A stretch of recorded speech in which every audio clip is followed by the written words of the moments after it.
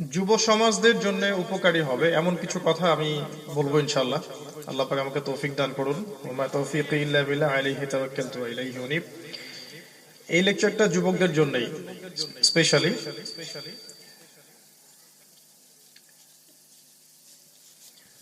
আর লেকচারের মধ্যে আমি মোটামুটি ভাবে পাঁচটা বা তার চেয়ে বেশি প্রশ্ন করবো ইনশাআল্লাহ। গত লেকচারও করেছি, বিগত 4-5টা মাহফিল থেকে করে আসছি আর কি। সঠিক উত্তরদাতার জন্য আমার পক্ষ থেকে 100 টাকা করে পুরস্কার, ঠিক আছে? আর যদি আমাকে হাদিয়া বেশি দেয় তারও 10টা প্রশ্ন করতে পারবো ইনশাআল্লাহ, সমস্যা নাই। প্রত্যেকের জন্য 100 টাকা করে পুরস্কার। তবে এই 1 ঘন্টা গতানুগতিক মাহফিলের মতো হবে না ইনশাআল্লাহ। খুব মনোযোগের সাথে শুনতে হবে। মাহফিল শেষে, লেকচারটা দেওয়ার শেষে আমি 5 মিনিটের মধ্যে আপনাদেরকে 5টা থেকে 10টা প্রশ্ন করব এই টপিকের উপরেই। যিনি উত্তর দিতে পারবেন তার জন্য 100 টাকা করে পুরস্কার আছে। এই সুযোগ মুরব্বীদের জন্য আছে, শুধু যুবকদের জন্য না। এখানে কি মহিলারা আছেন? আচ্ছা, ঠিক আছে, আমরা শুরু করছি। আমাদের আজকের টপিকটা হচ্ছে যে কিভাবে জান্নাতুল ফিরদৌস পাবেন। এবং এর মধ্যে আরেকটা পয়েন্ট আমি নিয়ে আসবো ইনশাআল্লাহ, সেটা হলো আমাদের এই যুবকদের যুব সমস্যাগুলো কি কি এবং এর শারঈ সমাধান কি হতে পারে। তবে শুরু করছি এখান থেকে। পবিত্র কোরআনুল কারীমের সূরাতুল মুমিনুন এর প্রথম আয়াতগুলোর মধ্যে আল্লাহ পাক কিছু কোয়ালিফিকেশন বলেছেন, যেগুলো অর্জন করতে পারলে ইনশাআল্লাহ তাআলা একজন ব্যক্তি জান্নাতুল ফিরদাউসে যেতে পারবেন ইনশাআল্লাহ। ওটা বেশি আছে, ওইটাতে দিতেন ভালো।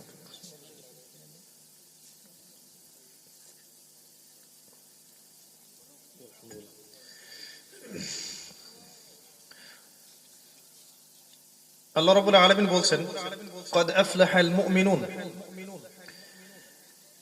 قد أفلح المؤمنون এই সেন্টেন্সের অর্থ হচ্ছে নিঃসন্দেহে, কোনো সন্দেহ ছাড়াই মুমিনগণ সফল হয়ে গেছে। এই যে ইকোটা যাচ্ছে এটা একটু কমাই দিতে পারলে ভালো হয়। বাইরে যে প্রতিধ্বনিটা যাচ্ছে এটা বন্ধ করে দেন। قد أفلح المؤمنون, মুমিনগণ সফল হয়ে গেছে। নিঃসন্দেহে মুমিনগণ সফল হয়েছে, এটা আল্লাহ পাকের কথা। এখানে শুরু করতে চাচ্ছি দুইটা শব্দকে কেন্দ্র করে। একটা হচ্ছে সফল হওয়া, সাফল্য, আর একটা হচ্ছে মুমিন বা ইমানদার। আল্লাহ এই আয়াতে বলছেন যে ইমানদাররা সফল হয়েছে, তাহলে বুঝতে হবে সাফল্য কাকে বলে এবং ইমানদার কাকে বলে। ঠিক আছে, আমার কথা একটু মনোযোগ দিবেন।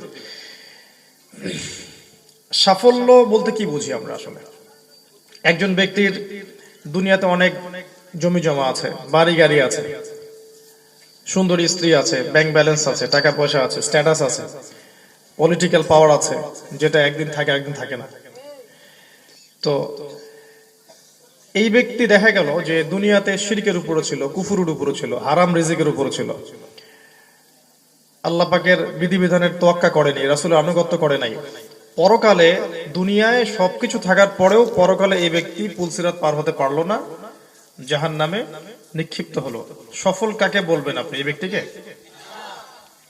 আরেকজন ব্যক্তি গরিব মিসকিন, তাকে দুনিয়ার বেশি মানুষ চিনে না, 5 ওয়াক্ত নামাজ পড়ে, রমজান মাসে রোজা রাখে, দান সাদাকা করে, সত্য কথা বলে, হালাল খায়, সে দুনিয়াতে এত বড় ফেমাস না, সেলিব্রিটি না, তার পলিটিক্যাল পাওয়ার নাই, সামাজিক স্ট্যাটাস কম, বড় চাকরি করে না, বড় ব্যবসা নাই, ব্যাংক ব্যালেন্স কম, জমি জমা কম, কিন্তু তার তাকওয়া, তার পরহেজগারিতা, তার তাওহীদ এবং সুন্নতের কারণে এই ব্যক্তির মৃত্যুর পর জান্নাতে চলে গেল। আপনি কাকে সফল বলবেন? একটা হাদিসে রাসূল সাল্লাল্লাহু আলাইহি ওয়াসাল্লাম বলেছেন, এই পৃথিবীর সবচাইতে সুখী ব্যক্তিটাকে আল্লাহ পাক একটা মুহূর্তের জন্য জাহান্নামে প্রবেশ করাবেন এবং তারপর তাকে বের করে নিয়ে আসবেন। তারপর জিজ্ঞাসা করবেন, তুমি কি পৃথিবীতে সুখে ছিলে? সে ব্যক্তি বলবে, সুখ কি জিনিস আমি জানি না। আর এই পৃথিবীর সবচেয়ে কষ্টে থাকা একজন ব্যক্তিকে আল্লাহ রাব্বুল আলামিন কিয়ামতের দিন জান্নাতে ক্ষণিকের জন্য প্রবেশ করাবেন, তারপরে বের করে নিয়ে আসবেন। তারপর বলবেন, পৃথিবীতে তুমি কি কখনো কষ্টে ছিলে? সে ব্যক্তি বলবে, কষ্ট কি জিনিস আমি সেটা জানি না। সাফল্য, বিজয় এর সংজ্ঞাটা আল্লাহ পাক দিয়েছেন সূরাতুল আলে ইমরানের মধ্যে, আয়াত নাম্বার 185 এর মধ্যে। আল্লাহ পাক বলেছেন, বা'দা আউযু বিল্লাহি মিনাশ শাইতানির রাজীম, কুল্লু নাফসিন যায়িকাতুল মাউত, প্রত্যেকটা নফস বা সত্তা মৃত্যুর স্বাদ গ্রহণ করবে। ওয়া ইন্নামা তুওয়াফাউনা উজুরাকুম ইয়াওমাল কিয়ামা, এবং তোমাদেরকে কিয়ামতের দিন তোমাদের প্রতিদান পূর্ণ মাত্রায় দিয়ে দেওয়া হবে। ফামান যুহজিহা আনিন নার ওয়া উদখিলাল জান্নাতা ফাকাদ ফাজ, যে ব্যক্তিকে জাহান্নামের আগুন থেকে বাঁচানো হবে এবং জান্নাতে প্রবেশ করানো হবে, শুধুমাত্র সেই ব্যক্তিই সফল। ওয়ামাল হায়াতুদ দুনিয়া ইল্লা মাতাউল গুরুর, আর এই দুনিয়ার হায়াতটা প্রতারণা, ধোঁকা ছাড়া কিছুই না। এই আয়াতের মধ্যে এই যে ফাকাদ ফাজ, সেই ব্যক্তি সফল হলো, দ্য ডেফিনেশন অফ সাকসেস এই আয়াতের মধ্যে দেয়া আছে। সাকসেসের সংজ্ঞা কি? যে ব্যক্তিকে পুল সিরাত পার করানো হবে, জান্নাতে প্রবেশ করবে, জাহান্নাম থেকে বাঁচানো হবে, ওনলি এন্ড ওনলি সেই ব্যক্তি সফল, আর কেউ সফল না। আমাদের ইসরায়েলের প্রেসিডেন্ট সফল না যদি কিনা সে জাহান্নাম থেকে বাঁচতে পারে। আমেরিকার প্রেসিডেন্ট সফল না যদি সে জাহান্নাম থেকে বাঁচতে না পারে। আজকের ইউনাইটেড নেশনস এর বড় বড় বিশ্ব নেতা যারা আছে, এরা কেউ সফল না যদি না ওরা পরকালে জাহান্নাম থেকে বাঁচতে পারে। মিসকিন মুমিনরা সফল হয়ে যাবে যদি তারা জাহান্নাম থেকে বেঁচে জান্নাতে চলে যেতে পারে। সাফল্যের মানদণ্ডটা কি আমাদেরকে বুঝতে হবে আগে। আল্লাহ এখানে বলছেন কদ আফলাহাল মুমিনুন, সফল হয়ে গেছে নিঃসন্দেহে মুমিনরা। সাফল্যের সংজ্ঞাটা শিখলাম, মুমিনের সংজ্ঞাটাও শেখা উচিত। মুমিন কাকে বলে? যার মধ্যে ঈমান আছে। এই তো ঈমান অর্থ কি? বিশ্বাস। এখন এই ঈমানের পিলার কয়টা? কোন কোন বিষয়ের প্রতি বিশ্বাস রাখতে হবে? কয়টা পিলার? কেউ বলেছে 5টা, কেউ বলেছে 7টা, কেউ বলেছে 6টা। Option A B C, tick দেন। এখন কোনটা টিক দিবেন? এখন তো টিক দেওয়ার যুগ। ঈমানের পিলার গুলো সবচেয়ে স্পষ্ট করে বর্ণনা করা আছে হাদিসে জিবরিলের মধ্যে। কোন হাদিসে? সহিহ মুসলিমের হাদিস নাম্বার 9, মিশকাতের হাদিস নাম্বার মেবি 2। এখানে ওই হাদিসটা আছে, জিবরাইল আলাইহিস সালাম মানুষের রূপ ধরে আসলেন। মনে আছে হাদিসটা? নবী সাল্লাল্লাহু আলাইহি ওয়াসাল্লাম মসজিদে বসেছিলেন, হাঁটুর সাথে হাঁটু লাগিয়ে বসলেন, বসে 4টা প্রশ্ন করেছেন। প্রথম প্রশ্ন করেছেন, ইয়া মুহাম্মদ সাল্লাল্লাহু আলাইহি ওয়াসাল্লাম আখবিরনি আনিল ইসলাম, ইসলামের সংজ্ঞা দেন। নবীজি বলেছেন, ইসলাম হচ্ছে আন তাশহাদা আল্লা ইলাহা ইল্লাল্লাহ ওয়া আন্না মুহাম্মাদুর রাসূলুল্লাহ, 1 নাম্বার। 2 নাম্বার তুকিমাস সালাহ ওয়া তুতিয়া যাকাত ওয়া তাসুমা রমাদান। তারপর কি? তাহুজ্জাল বাইতা ইন ইসতাতা'তা ইলাইহি সাবিলা। এই 5টা হচ্ছে ইসলামের পিলার। ইসলামের পিলার কয়টা? 5টা। তারপরে প্রশ্ন করেছেন তিনি, আখবিরনি আনিল ঈমান, ঈমান সম্পর্কে আমাকে বলুন। তখন নবীজি বলেছেন এই 6টা কথা। 1 নাম্বার আন তুমিনা বিল্লাহ, তুমি বিশ্বাস করবে এক আল্লাহর প্রতি, ওয়া মালাইকাতিহি, তার ফেরেশতা মণ্ডলীর প্রতি, ওয়া কুতুবিহি, তার আসমানী কিতাব সমূহের প্রতি, ওয়া রুসুলিহি, তার রাসূলগণের প্রতি, ওয়াল ইয়াউমিল আখির, পরকালের জীবনের প্রতি, ওয়াল কদরি খায়রিহি ওয়া শাররিহি, তাকদীরের ভালো মন্দের প্রতি। এই 6টার প্রতি তুমি বিশ্বাস করবে, এর নাম হচ্ছে ঈমান। তারপর আবার প্রশ্ন করেছিলেন, আখবিরনি আনিল ইহসান, ইহসান কি? ইহসান সম্পর্কে বলুন। নবীজি বলেছিলেন, আনতা আবুদুল্লাহ কাআন্নাকা তারাহ, তুমি এমন ভাবে আল্লাহর ইবাদত করবে যেন তুমি আল্লাহকে দেখছো। ওয়া ইল্লাম তাকুন তারাহ, তুমি যদি আল্লাহকে দেখতে না পাও, ফা ইন্নাহু ইয়ারাক, মনে রাখবে আল্লাহ তোমাকে দেখছেন। এই কনসিয়াসনেসের নাম হচ্ছে ইহসান। তারপরে তিনি আবার প্রশ্ন করেছেন, আখবিরনি আনিস সাআহ, কিয়ামত সম্পর্কে বলুন। নবীজি বলেছেন, মাল মাসউলু আনহা বিআ'লামা মিনাস সাইল, এই বিষয়ে প্রশ্নকারী এবং উত্তরদাতা কেউ কারো চেয়ে বেশি জানে না, মানে আসলে এর সঠিক জ্ঞান কারো কাছে নাই। তারপর আবার প্রশ্ন করেছেন তিনি, 5 নাম্বার প্রশ্ন, ফাআখবিরনি আন আমারাতিহা, তাহলে কিয়ামতের কিছু সাইন আলামত বলে দেন। এই হাদিসে 2টা আলামত তিনি বলেছেন, আনতালিদাল আমাতু রাব্বাতুহা, যখন দাসী তার মনিবকে জন্ম দিবে, মানে ন্যায় অন্যায় সত্য মিথ্যা হক বাতিলের মানদণ্ডটা উল্টে যাবে। মানদণ্ডটা উল্টে যাবে। আরেকটা বলেছেন আনতারাল হুফাতাল উরাতাল আলাতা রিয়া আশ-শাই ইয়াতাতাওয়ালুনা ফিল বুনিয়ান, যখন দেখবে সমাজের সবচেয়ে নিকৃষ্ট মানুষেরা, নগ্ন পদের রাখাল শ্রেণীর, গায়ে জামা ছিল না, পায়ে স্যান্ডেল ছিল না, এরা উঁচু উঁচু অট্টালিকা নির্মাণের প্রতিযোগিতা করবে, ফান্তাযিরিস সাআ, তখন কিয়ামতের অপেক্ষা করতে থাকো। এই দুইটা বলেছেন এই হাদিসের মধ্যে। এই হাদিসে এগুলো ডিসকাস করার পর যখন জিবরাইল আলাইহিস সালাম চলে গেলেন, তখন নবী সাল্লাল্লাহু আলাইহি ওয়াসাল্লাম বলেছিলেন, হে ওমর, তুমি কি জানো আতাদরি মানি সাইল, এই জিজ্ঞাসিত এই প্রশ্নকারী ব্যক্তি কে ছিল? তখন ওমর রাদিয়াল্লাহু আনহু বলেছেন, আল্লাহু ওয়া রাসূলুহু আ'লাম, আল্লাহ এবং তার রাসূল ভালো জানেন।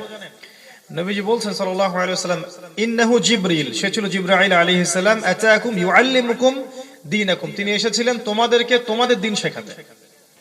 মানুষের সামনে, এই জনসমক্ষে, হিস্ট্রিতে একবারই জিবরাইল আলাইহিস সালাম জনসমক্ষে এসেছেন মানুষের রূপ ধরে, এর আগে কখনো আসেন নাই, পাবলিকলি কখনো আসেন নাই, সবার সামনে মানুষের রূপ ধরে একবারই হিস্ট্রিতে, প্রথম এবং শেষবার। কি জন্য এসেছেন? আতাকুম ইউআল্লিমুকুম দীনাকুম, তোমাদেরকে তোমাদের দ্বীন শেখাতে এসেছেন।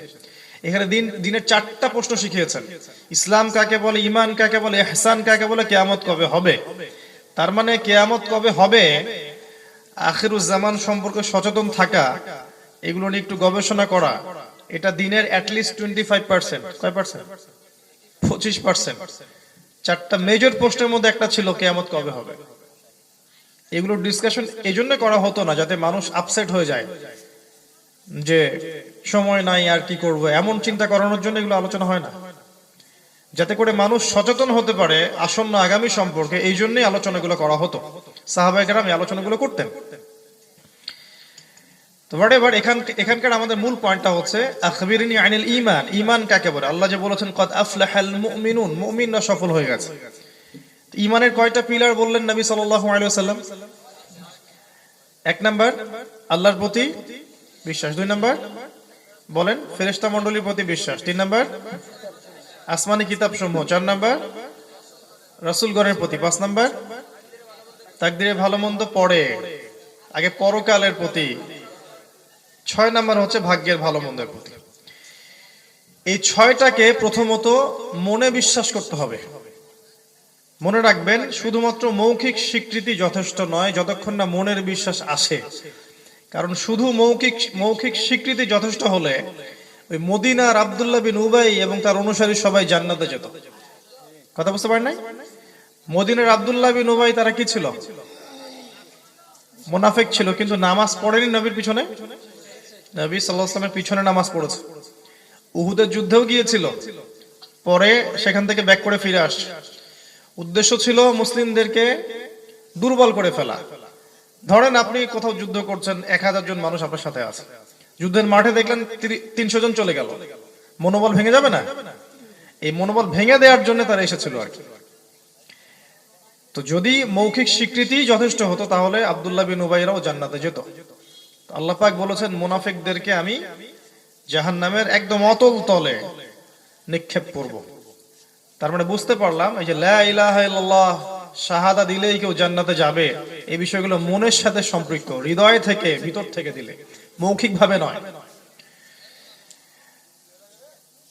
এই 6টা পিলারকে 3টা কাজ করতে হবে। 1 নাম্বার, আপনাকে আমাকে প্রথমে মনে বিশ্বাস করতে হবে, মনের ভিতর থেকে আসতে হবে। 2 নাম্বার হচ্ছে মৌখিক স্বীকৃতি দিতে হবে। আর 3 নাম্বার, কাজেও বাস্তবায়ন করতে হবে। খালি মৌখিক স্বীকৃতি দিলাম, মনে বিশ্বাসও করলাম, কাজ নাই, হবে?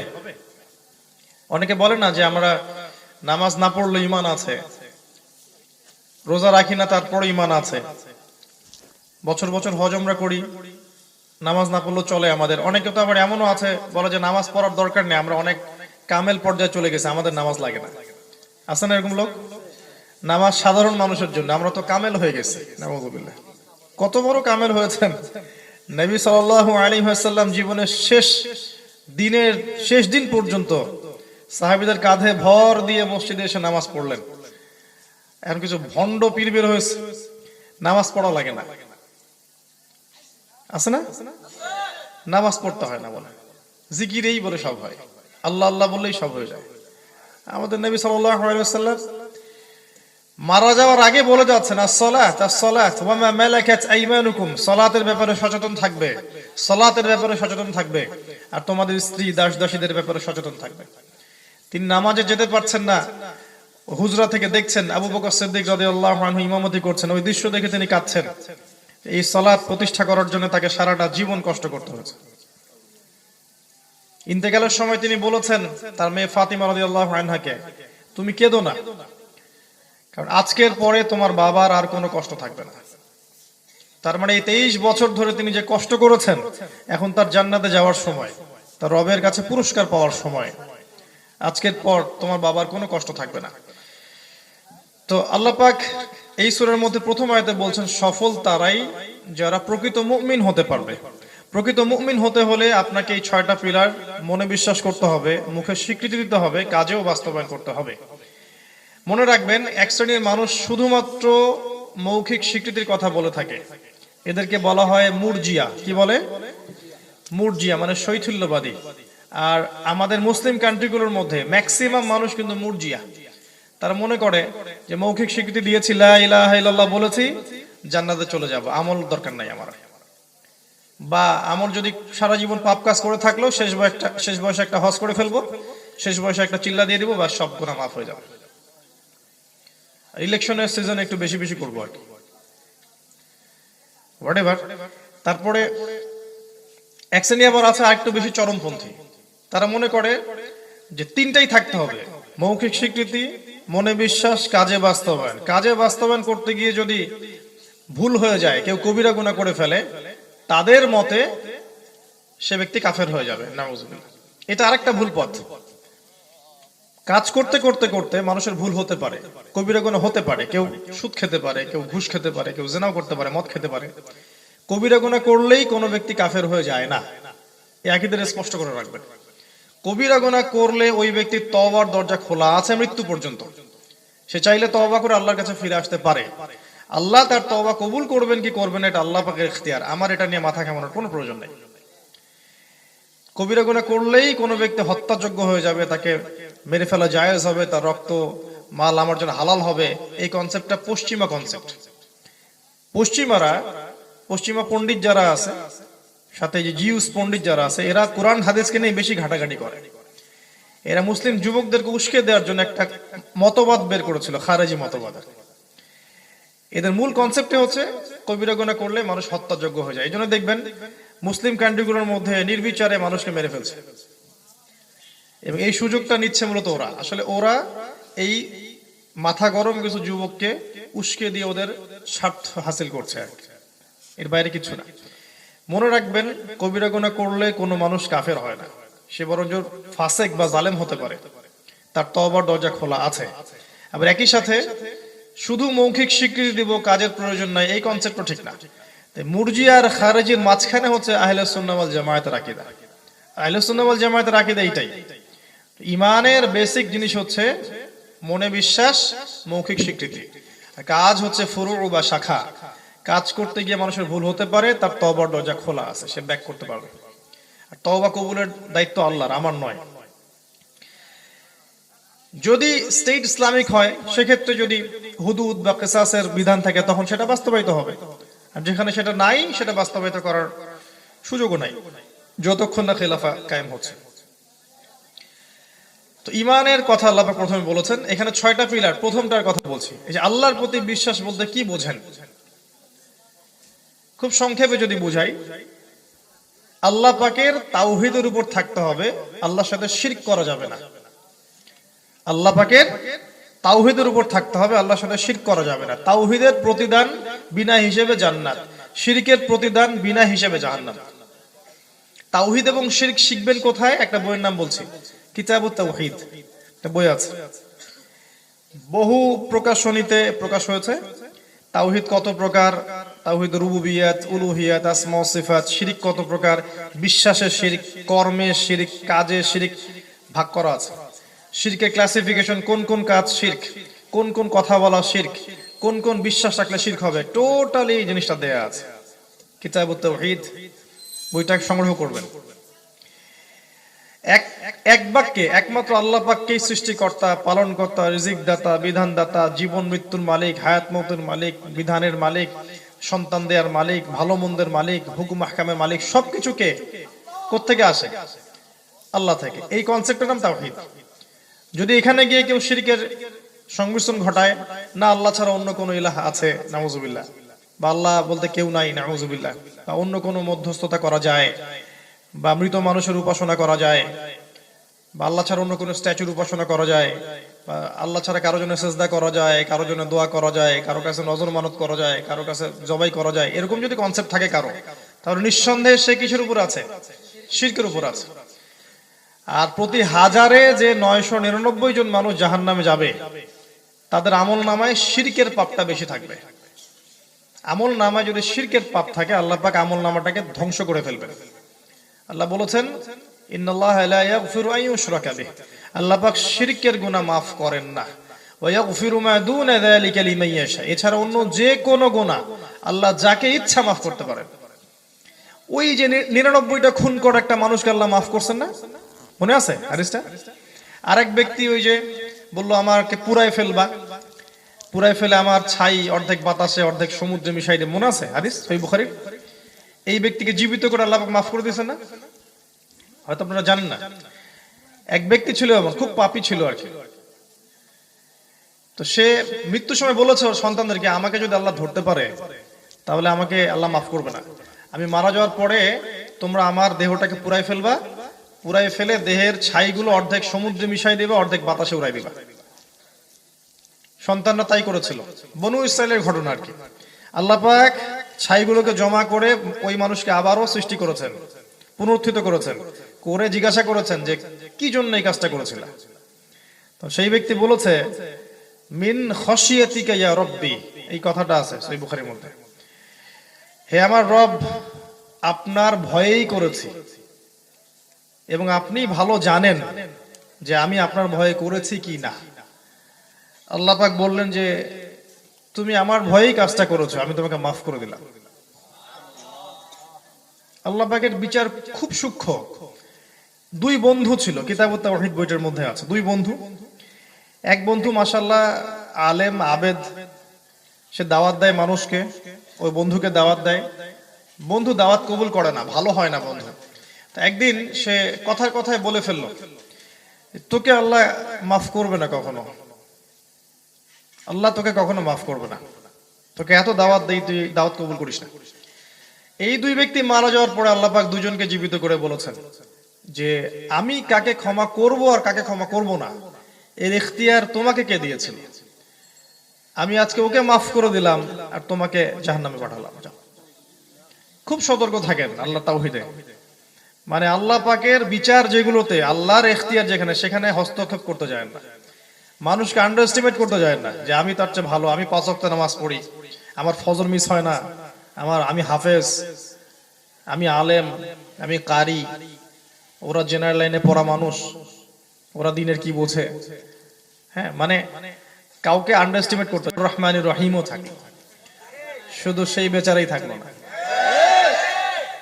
বিষয়টা হচ্ছে যে একটা বিষয় মানুষ জানার পর যদি এই অবস্থা হয়, কিয়ামতের মাঠে যখন আল্লাহ সব ফাঁস করে দিবেন, তখন কি অবস্থাটা হবে? আল্লাহ পাক এজন্য বলেছেন যে যারা উলুল আলবাব, জ্ঞানী সম্প্রদায়, তাদের জন্য কোরআনের নিদর্শন আছে। এগুলো সবগুলো আমার জন্য শিক্ষা, কিন্তু এটা কিন্তু একটা মিসাল, এক্সাম্পল, দৃষ্টান্ত, শিক্ষা। প্রত্যেকটা মানুষের শিক্ষা। আমি নিজে একটা শিক্ষা আপনাদের জন্য, সবাই শিক্ষা আপনাদের জন্য। শিক্ষা আমাদের চারপাশে আছে। আল্লাহ পাক সূরা গাশিয়ার মধ্যে বলেছেন, দেখবেন, আফালা ইয়ানজুরুনা ইলাল ইবিলি কাইফা খুলিকাত ওয়া ইলাস সামাই কাইফা রুফিআত ওয়া ইলাল জিবালি কাইফা নুসিবাত ওয়া ইলাল আরদি কাইফা সুতিহাত। আল্লাহ পাক প্রকৃতি দেখতে বলেছেন। একটু এই জায়গাটা খেয়াল করেন।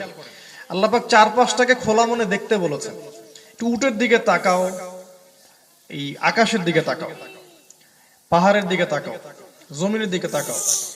প্রকৃতি থেকে শিক্ষা নিতে বলেছেন আল্লাহ পাক। খেয়াল করে দেখেন, আকাশ বিশাল না? আল্লাহ পাক শিক্ষা দিচ্ছেন আমাদেরকে, আমরা যেন মানসিকতায়, সাহসিকতায় ইমানে, তাওহীদে, আল্লাহর আনুগত্যে আকাশের মতো বিশাল হয়ে যায়, মনটা আকাশের মতো বড় করেন।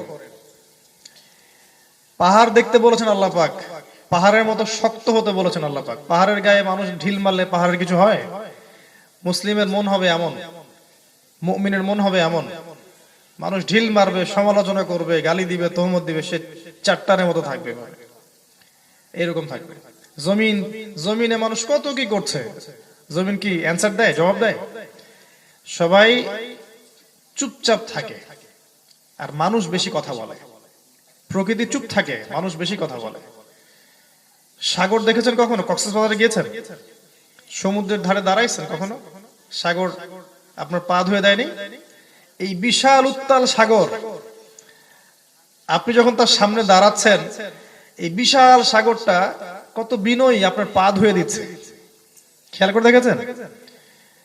একটা নির্দিষ্ট সময় পর্যন্ত ওই আল্লাহ যদি ওই সাগরকে আদেশ করেন, তখন সে আর পা ধুয়ে দিবে না, সে পুরো একদম উড়াই দিবে।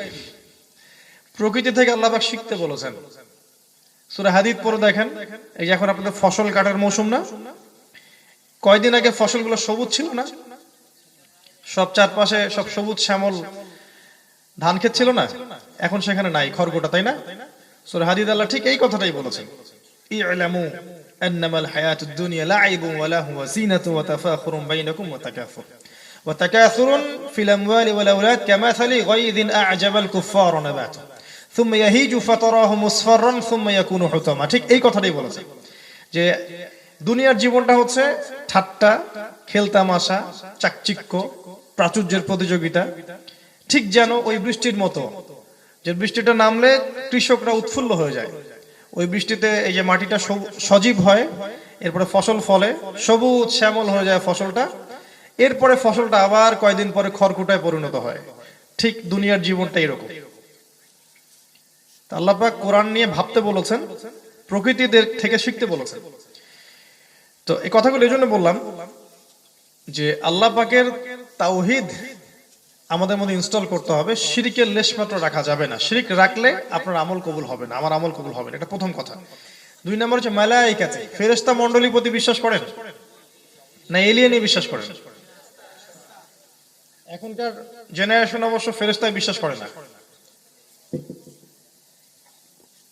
এখনকার জেনারেশন এলিয়েনে বিশ্বাস করে। শোনেন, আমি তো সবকিছু বলতে পারবো না এক লেকচারে, কিছু পয়েন্টস বলে যাচ্ছে। এটা একটা শিরকি আকীদা যে সায়েন্স যখন কিছু বলবে তখন সেটাকে বিশ্বাস করবেন, সায়েন্স যদি বলে মিথ্যা তখন বিশ্বাস করবেন না। এই আকীদাটা একটা শিরকি আকীদা। বুঝাচ্ছে কিভাবে? সায়েন্স যদি বলে যে পৃথিবী থেকে 500 কোটি আলোকবর্ষ দূরে একটা গ্রহের সন্ধান পাওয়া গেছে, সেখানে কিছু বাড়ি তৈরি করা আছে হীরা দিয়ে, রূপা দিয়ে, সোনা দিয়ে, জহরত দিয়ে, ওখানে হুরে নেইন আছে, ডাগর ডাগর চোখ বিশিষ্ট, ওখানে নদী আছে, দুধের, মদের, পানির, মধুর, হ্যাঁ, ওখানকার ঘাসগুলো জাফরানের তৈরি, ওখানে সবাই খুব সুখী, কোনো দুঃখ নাই, কোনো ক্লান্তি নাই, সেখানে কোনো দিন রাতের পালাবদল নাই। সায়েন্স যদি বলে, কালকে যদি বলে, পরশুদিন দেখবেন বিশ্বের 90% মানুষ বিশ্বাস করবে, করবে না? কিন্তু আল্লাহ যে কথাগুলো দীর্ঘদিন ধরে 1400 বছর ধরে কোরআনে বলে রাখছে জান্নাতের কথা, মানুষ কিন্তু বিশ্বাস করে না অনেকে, তাই না? সায়েন্স দেখবেন জাহান্নাম নিয়ে কিছু একটা যদি বলে, অনেক দূর একটা গ্রহের সন্ধান পাওয়া গেছে, এটা জাহান্নাম, এর নাম অমুক তমুক, ওরা তো আবার কোড দিয়ে দেবে। জাহান্নামকে বলবো যে 0.00011290 দিয়ে দিল জাহান্নামের কোড। এটা এই একটা গ্রহ পাওয়া গেছে, এটার মধ্যে আগুন, এখানে সাপ আছে, বিচ্ছু আছে, আযাব হয়, ইত্যাদি ইত্যাদি। মানুষ গদগদ চিত্তে কালকে বিশ্বাস করবে, হ্যাঁ এটা ঠিক। এবং যারা দেখবেন আজকে নাস্তিক, সেকুলার, সবগুলো বিশ্বাস করবে, হ্যাঁ এটা ঠিক, অবশ্যই ঠিক, সায়েন্স বলেছে, সায়েন্স বলে কথা। এরা সায়েন্সকে তাদের ইলাহের আসনে নিয়ে গেছে, উপাস্যের আসনে। ও যা বলবে অকাট্য সত্য। কোরআন হাদিসকে সায়েন্স দিয়ে গবেষণা করে যদি দেখেন সায়েন্টিফিক, তারপর মানতে চায়। যদি দেখে কোরআন হাদিস গবেষণা করে মনে হচ্ছে না এটা সায়েন্টিফিক না, আনসায়েন্টিফিক, তখন মানতে চায় না। অথচ এটাকে মানতে হবে অবনত চিত্তে, আত্মসমর্পণকারী হিসেবে। ইয ক্বালা লাহু রাব্বুহু আসলিম ক্বালা আসলামতু লিরাব্বিল আলামিন। আল্লাহর আদেশ আসবে, অবনত চিত্তে মানতে হবে, এর নাম ইসলাম। যুক্তি, বিজ্ঞান, দর্শন এগুলোর পরীক্ষা নিরীক্ষা করে একটা সলিউশন আসলে তখন মানবো, তার আগে মানবো না, এর নাম তো কুফরি। এটা ওয়ান কাইন্ড অফ কুফরি। প্রতিটা বিষয় সাইন্টিফিক, প্রত্যেকটাই দর্শন আছে, প্রত্যেকটার পিছনে যুক্তি আছে, কিন্তু সব যুক্তি, দর্শন, বিজ্ঞান বোঝার মতো জ্ঞান আল্লাহ তোমাকে দেন নাই। আর আমরা কতটুকুই বা জানি মহাবিশ্ব সম্পর্কে? খুব কমই জানি। এটা একটা শিরকি আকীদা। এই জন্য বলছি যে মালায়েকাতে, ফেরেশতাই কিন্তু এখনকার সায়েন্স জগ বিশ্বাস করে না। করে? আপনার এডুকেশন সিস্টেম কি ফেরেশতাই বিশ্বাস করে? হাসবে এগুলো শুনলে যে 2 কাঁধে ফেরেশতা থাকে, ফেরেশতা আমল নামা লিখছে, রাত্রেবেলা দোয়া পড়লে ফেরেশতা আসে, এই মাহফিলের চারপাশ ফেরেশতা ঘিরে রাখছে, এগুলো বললে হাসবে। নাস্তিকরা হাসবে না? হাসি উড়াই দিবে। কি মৌলবাদী পাগল ছাগলের কথাবার্তা বলে। এই জায়গায় আবার কিছু আছে দেখা যায়? কোথায় ফেরেশতা? দেখা যায় না। তো এখানে বুঝবেন জ্ঞানের এবং ধারণ ক্ষমতার একটা সংজ্ঞা ওরা দিয়েছে। পরীক্ষা নিরীক্ষা পর্যবেক্ষণের মাধ্যমে সিদ্ধান্তে না আসতে পারলে ওরা মানবে না। আর আপনার আমার জ্ঞানের ভিত্তি কি জানেন? আল হাক্কু মির রাব্বিক ফালা তাকুনান্না মিনাল মুমতারিন। হক বা জ্ঞান তোমার রবের পক্ষ থেকে আসে, তুমি সন্দেহবাদীদের অন্তর্ভুক্ত হয়ো না। যালিকাল কিতাব লা রাইবা ফি হুদাল লিল মুত্তাকিন আল্লাযিনা ইউমিনুনা বিল গায়বি। যারা গায়েবে বিশ্বাস করে তাদের জন্য এটা হেদায়েত। তো আমাদের বিশ্বাসের ভিত্তিটা হচ্ছে গায়েব, অদৃশ্য। ঈমানের 6টা পিলার অদৃশ্য। আল্লাহকে দেখেছেন? ফেরেশতা দেখেছেন এখনো? আগের আসমানি কিতাবগুলো দেখেছেন? আগের রাসূলদেরকে দেখেছেন? আমার নবীকে দেখেছেন? পরকাল, কবর, হিসাব নিকাশ, কবরের প্রশ্ন উত্তর, সওয়াল জবাব এগুলো কেউ দেখেছে? আযাব দেখি নাই। তাকদীর, ভাগ্যের ভালো মন্দটা আপনি দেখেছেন? প্রত্যেকটা পিলার গায়েবে বিশ্বাসের উপরে, অদৃশ্যে বিশ্বাস। আর ওদের বিশ্বাসের ভিত্তি হচ্ছে যতক্ষণ চাক্ষুষ দেখবো না বিশ্বাস করবো না। এখানে একটা বেসিক পার্থক্য আছে। আর এই থটের উপর, ওদের এই স্কুল অফ থটের উপর দাঁড়িয়ে আছে এখনকার পুরো ওয়ার্ল্ডের এডুকেশন সিস্টেম। পুরো বিশ্বের এডুকেশন সিস্টেম এটার উপর দাঁড়িয়ে আছে। পরীক্ষা নিরীক্ষা পর্যবেক্ষণের মাধ্যমে সিদ্ধান্তে আসবো, তারপর মানবো, তার আগে মানবো না। তো আল্লাহকে তো আপনি ল্যাবরেটরিতে প্রমাণ করতে পারবেন না। আমার কথা কি বোঝা যায়? ফেরেশতাকে আপনি ল্যাবরেটরিতে প্রমাণ করতে পারবেন না। পারবেন? কবরের আযাব, মিজান, পুলসিরাত, আমলনামা ল্যাবে প্রমাণ করতে পারবেন? যেহেতু পারবেন না প্রমাণ করতে, এই জন্য এগুলোর অস্তিত্ব নাই। ওদের দর্শন এটা। তো দর্শনের পার্থক্যটা বুঝতে পারছেন? আর যদি আপনি এই দর্শনে থাকেন যে আমি গায়েবে বিশ্বাস করি, আল্লাহ তার রাসূল বলেছেন, কোরআনে আছে, হাদিস আছে, বিশ্বাস করি, তখন আপনাকে ট্যাগ দিবে যে ব্যাকডেটেড, মৌলবাদী এবং রিলিজিয়াস মাইন্ডেড। আপনি আধুনিক না, মুক্ত মনা না আপনি। কথা কি বুঝতে পারছেন? পার্থক্যগুলো কোন জায়গায়? যুবকদের যাতে পরবর্তীতে এগুলো ডিল করতে সুবিধা হয় এই জন্য বলে দিচ্ছি। তো আমরা আমাদের 6টা পিলার গায়েবের উপরেই। এখানে আমাদের সবচেয়ে বড় যুক্তিটা কোথায়, দর্শনটা কোথায়? সেটা হচ্ছে যে আল্লাহ রাব্বুল আলামিন সমস্ত জ্ঞানের উৎস। এই তো ঠিক। প্রথম একটা জায়গায় যেতে হবে যে আল্লাহ বলে একজন আছেন। যদি ওরা তর্ক করতো যে আল্লাহ বলে কেউ নাই, তাহলে এখানে তর্কে আমার যাওয়ার প্রয়োজন নাই। আমরা বিশ্বাস করি আল্লাহ বলে একজন আছে।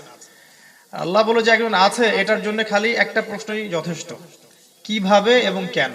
কিভাবে এবং কেন একটা জিনিস আপনার সামনে উপস্থাপন করবে, আপনি বলবেন এটা কিভাবে এবং কেন, তখন একটা ব্যাখ্যা দিবে, এর ফলে এটা হয়েছে। তখন আপনি সেকেন্ড কোশ্চেন করবেন ওটা কেন, কিভাবে, তারপর আরেকটা ব্যাখ্যা দিবে, এটার ফলশ্রুতিতে এটা হয়েছে। আপনি আবার প্রশ্ন করবেন এটা কিভাবে আসলো। এভাবে করতে করতে করতে ওদের দৌড় বিগ ব্যাং পর্যন্ত। কোন পর্যন্ত? Big bang. বিগ ব্যাং থেকে সব সৃষ্টি হয়েছে। ওটা হচ্ছে ওদের চূড়ান্ত জ্ঞানের লেভেল। এর বাইরে কিছু চিন্তা করতে পারে না। বিগ ব্যাং এর ফলে সব সৃষ্টি হয়েছে। এরপর আস্তে আস্তে পৃথিবী ঘুরতে ঘুরতে ঘুরতে ঘুরতে হঠাৎ প্রাণের অস্তিত্ব, এই যে আজকে আমরা বসে আছি, মাশাআল্লাহ। এটা ওদের জ্ঞান। এবং মানুষ আগে নগ্ন ছিল, গাছের ছালপাতা খেয়ে বড় হইতো। আমি দেখলাম একজন হুজুর এই কথা বিশ্বাস করে যে মানুষ আগে নগ্ন ছিল, কাপড় ছিল না, গাছের ছালপাতা পেঁচায় জঙ্গলে জঙ্গলে ঘুরতো আর পশু পাখি শিকার করে খেত। ওই যে সমাজ বইগুলোতে আছে না এগুলো, আলেম। কিন্তু কোরআনে আল্লাহ সূরা আরাফের মধ্যে বলেছেন আমি লেবাস পাঠিয়েছি আদম আলাইহিস সালামকে। আদম আলাইহিস সালাম নগ্ন হয়ে ঘুরতেন রাস্তাঘাটে, নাউযুবিল্লাহ। ওদের কনসেপ্ট হচ্ছে সভ্যতা শুরু, ওদের কাছে মনে হয় যে পশ্চিমা সভ্যতা থেকে সভ্যতা শুরু। আর আমরা দেখছি কোরআনে সভ্যতা শুরু হচ্ছে নবী থেকে। নবীগণ প্রত্যেক সভ্যতার ধারক এবং বাহক, এবং তারা প্রত্যেকটা সভ্যতা গড়ে তুলেছেন। তারা দেখবেন রোমান সভ্যতা, ক্যাথলিক সভ্যতা, ওই পার্সিয়ান সভ্যতা, মেসোপটেরিয়ান সভ্যতা, গ্রিক সভ্যতা, এগুলো নিয়ে আপনাদেরকে তালগোল পাকাবে। এখান থেকে মানব জাতির সূচনা, এরকম একটা ভাবটা এরকম। অথচ এর যে লক্ষ লক্ষ বছর আগে আদম আলাইহিস সালাম থেকে শুরু হয়েছে পুরো হিস্ট্রি, এদিকে যেতে চায় না বা যেতে পারে না। তো আমাদের সাথে ডিফারেন্সটা এই জায়গায়, আপনি বিগ ব্যাং পর্যন্ত যেতে পারবেন, কিন্তু আল্লাহ পাক এই কোরআনে সূরা আম্বিয়ার মধ্যে বিগ ব্যাং এর কথাও বলেছেন যে আসমান সমূহ এবং জমিন একটা বিন্দুর মধ্যে ছিল, আমি আল্লাহ এটাকে পৃথক করে দিয়েছি। সুবহানাল্লাহ বলেন, আমি আল্লাহ এটাকে পৃথক করে দিয়েছি। বিগ ব্যাং অটোমেটিক হয় নাই, কোনো না কোনো সত্তা এটাকে ঘটিয়েছে, এরও একজন কার্যকারক আছেন। ওদের একটা মতবাদ, কার্য এবং কারণ, এটা পড়ছেন নাকি আপনারা? একটা কাজ তার কারণ কি, একটা কাজ তার কারণ কি, একটা কাজ তার কারণ কি, এটাকে বলে কার্যকারণ মতবাদ। কারণ খুঁজতে যায়, প্রত্যেকটার পিছনে একটা কারণ। তা আমরা বলছি বিগ ব্যাং এর পিছনে কারণ আল্লাহ রাব্বুল আলামিন। ক্ষমতা থাকলে ভুল প্রমাণ করে। যদি বলে যে ওই আল্লাহর পিছনের কারণ কে, ওরা একটা প্রশ্ন করতে পারে, শয়তান শিখিয়ে দেয় যে আল্লাহ যদি সবকিছু করে থাকে তাহলে আল্লাহকে কে সৃষ্টি করেছে, বলে না? অ্যান্সার দিবেন যে এভাবে পিছনে যেতে থাকলেও তো একটা পর্যায়ে গিয়ে আপনাকে থামতে হবে। যদি বলেন এক্স কে কে সৃষ্টি করেছে ওয়াই, ওয়াই কে কে সৃষ্টি করেছে জেড, জেড কে কে ডাবল এক্স, তারপরে ডাবল এক্স কে কে ডাবল ওয়াই, ডাবল ওয়াই কে কে ডাবল জেড, এভাবে যেতে থাকেন, এক পর্যায়ে গিয়ে তো থামতে হবে। ওই ওই উৎসটা, সর্বোচ্চ সত্তা, পরমাত্মা বা সর্বোচ্চ শক্তিধর, মহাপরাক্রমশালী, যাই বলেন না কেন, যে নামেই ডাকেন না কেন, উনি একজন আছেন যিনি সবকিছু সৃষ্টি করেছেন। এই জায়গায় আসতে হবে। আর এই জায়গায় যখন আসতে হবে, এখানে যখন আসবে, তখন আপনি চ্যালেঞ্জ করবেন যে ওই আল্লাহ জ্ঞানের মূল উৎস। আমরা সেই পরম সত্তাকে বলছি আল্লাহ রাব্বুল আলামিন, আল্লাহ আযজা ওয়া জাল। তিনি জ্ঞানের উৎস, তিনি জ্ঞান দিয়েছেন আদম আলাইহিস সালামকে। আছে না কোরআনে, ওয়া আল্লামা আদাম আসমাউ কুল্লাহা, তিনি আদমকে জ্ঞান শিক্ষা দিয়েছেন। আল্লামাল ইনসান মা লাম ইয়ালাম, তিনি মানুষকে সেই জ্ঞান শিক্ষা দিয়েছেন যা মানুষ জানতো না। সো আল্লাহ হচ্ছেন জ্ঞানের মূল উৎস। এখান থেকে জ্ঞানটা চলে আসে আদম আলাইহিস সালামের কাছে, তারপরে বাই ডিএনএ আমাদের সবার কাছে। এবং প্রত্যেক যুগে যুগে আল্লাহ নবী পাঠিয়েছেন, রাসূল পাঠিয়েছেন, আসমানি কিতাব পাঠিয়েছেন, জ্ঞান আবার মানুষের কাছে ছড়িয়ে পড়েছে। এমনি এমনি ওই পশ্চিমা সভ্যতা থেকে জ্ঞান বিশ্ব শেখে নাই, আল্লাহ এবং তার রাসূল এবং তার আম্বিয়া কেরামের মাধ্যমে জ্ঞান মানুষ শিখেছে। এখানে গিয়ে দেখবেন আপনি যে তাদের সাথে আমাদের জ্ঞানতাত্ত্বিক একটা পার্থক্য আছে, এটা ভালো করে বুঝবেন। এই পার্থক্যের কারণেই কিন্তু মানুষ সেকুলার হচ্ছে, নাস্তিক হচ্ছে, জ্ঞানতাত্ত্বিক পার্থক্যের কারণে। মালায়েকায় তারা বিশ্বাস করতে চায় না, আমরা যেহেতু আল্লাহ বিশ্বাস করি, তার সব কথাই বিশ্বাস করি। সহজ সলিউশন। আর আমরা যেহেতু আল্লাহ বিশ্বাস করি, অতএব আল্লাহ পাকের প্রত্যেকটা কথাকে হক বলে মেনে নিতে আমাদের আপত্তি নাই, কারণ তিনি হচ্ছেন সর্বোচ্চ সত্তা, তারপরে আর কোনো সত্তা আছে নাই। এখন আমাদের বিশ্বাসটা কিন্তু স্থির হয়ে গেল, আমাদের বিশ্বাসটা স্থির, অস্থির না। তাদের বিশ্বাসগুলো স্থির হবে, তারা কারণ খুঁজবে, সলিউশন খুঁজবে, পাবে না। আমরা সলিউশন পাবো, কারণ আমরা সর্বশক্তিমান সত্তার কাছে আত্মসমর্পণ করে দিয়েছি। কে বেশি স্মার্ট বলেন দেখি? সারা জীবন একটা কারণ খুঁজে খুঁজে খুঁজে খুঁজে সলিউশনে আসতে না পারে মৃত্যুবরণ করাটা বেশি শ্রেয়, নাকি আল্লাহকে সর্বোচ্চ সত্তা ধরে নিয়ে তার সমস্ত আহকাম মেনে নিয়ে চলাটা শ্রেয়? কোনটা শ্রেয়? দিন শেষে মুসলিমরা স্মার্ট, তারা মৌলবাদী না, তারা ব্যাকডেটেড না, বরং তারা আনস্মার্ট যারা দুনিয়ার পিছনে পড়ে আছে। দুঃখ আছে একটা অবশ্য আমাদের, সেটা হচ্ছে কোরআন এবং সুন্নাহ এর মধ্যে সবকিছু সলিউশন আছে, এরপরেও আমরা কোরআন সুন্নাহকে দিয়ে এই ওয়ার্ল্ডকে চ্যালেঞ্জ করতে পারি নাই। এটা আমাদের ব্যর্থতা, আমাদের ওলামায়ে কেরামের ব্যর্থতাই বলেন, জনগণের ব্যর্থতাই বলেন, আমাদেরই ব্যর্থতা, আমরা পারি নাই। কিন্তু যখন ইসলাম সারা বিশ্বে বিজয়ী ছিল, তখন কোরআন সুন্নাহ দিয়ে আমরা সারা বিশ্বকে চ্যালেঞ্জ করেছিলাম। কোন দিকে কেউ আমাদের সাথে পারে নাই, না অর্থনীতিতে পেরেছে, না পররাষ্ট্রনীতিতে পেরেছে, না আপনার যুদ্ধক্ষেত্রে পেরেছে, না আদর্শে পেরেছে, কোনো ক্ষেত্রেই পারে নাই। আমরা এখান থেকে সরে আসার ফলেই এই অধঃপতনটা হয়েছে। যাই হোক, অনেকগুলো জ্ঞানতাত্ত্বিক কথা বললাম। প্রথম কথা হচ্ছে আল্লাহ বিশ্বাস করতে হবে, তাওহীদে থাকবেন, শিরকে যাওয়া যাবে না। মালায়েকায় বিশ্বাস করতে হবে, এটা জ্ঞানের একটা পিলার, ঈমানের একটা পিলার। তারপর কি? কুতুবিহি, আসমানি সমস্ত কিতাবে বিশ্বাস করি না আমরা? দেখেন, আমরা কিন্তু মূসা আলাইহিস সালামের তাওরাতে বিশ্বাস করি, ঈসা ইবনে মারইয়ামের ইনজিলও বিশ্বাস করি, জাবুরও বিশ্বাস করি, প্রত্যেকটা আসমানি কিতাবে আমরা বিশ্বাস করি। তাহলে যারা ইহুদি, যারা খ্রিস্টান, তারা কি কোরআনে বিশ্বাস করে? কথা বুঝতে পারছেন? তাহলে কারা সাম্প্রদায়িক আর কারা অসাম্প্রদায়িক? কি বুঝলেন? আমরা তো উদার, আমরা তাওরাতেও বিশ্বাস করছি, জাবুরেও বিশ্বাস করেছি, ইনজিলও বিশ্বাস করি, সবই আল্লাহর পক্ষ থেকে এসেছে। আমরা কোরআনও বিশ্বাস করি। কোরআন মানছি কেন? বিকজ আগের আসমানি কিতাবগুলো মানুষ বিকৃত করেছে।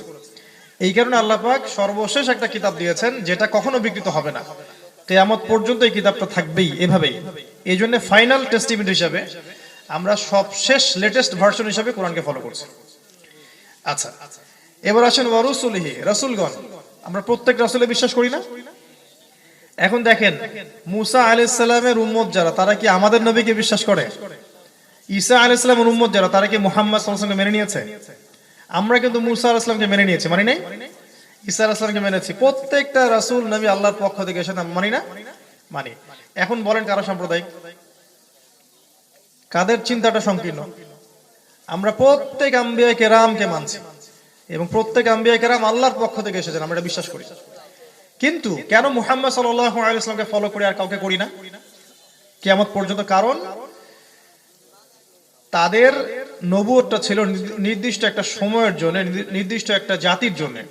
মুহাম্মদ সাল্লাল্লাহু আলাইহি ওয়াসাল্লামের নবুয়তটা কিয়ামত পর্যন্ত এবং মানুষ জিন সবার জন্য প্রযোজ্য।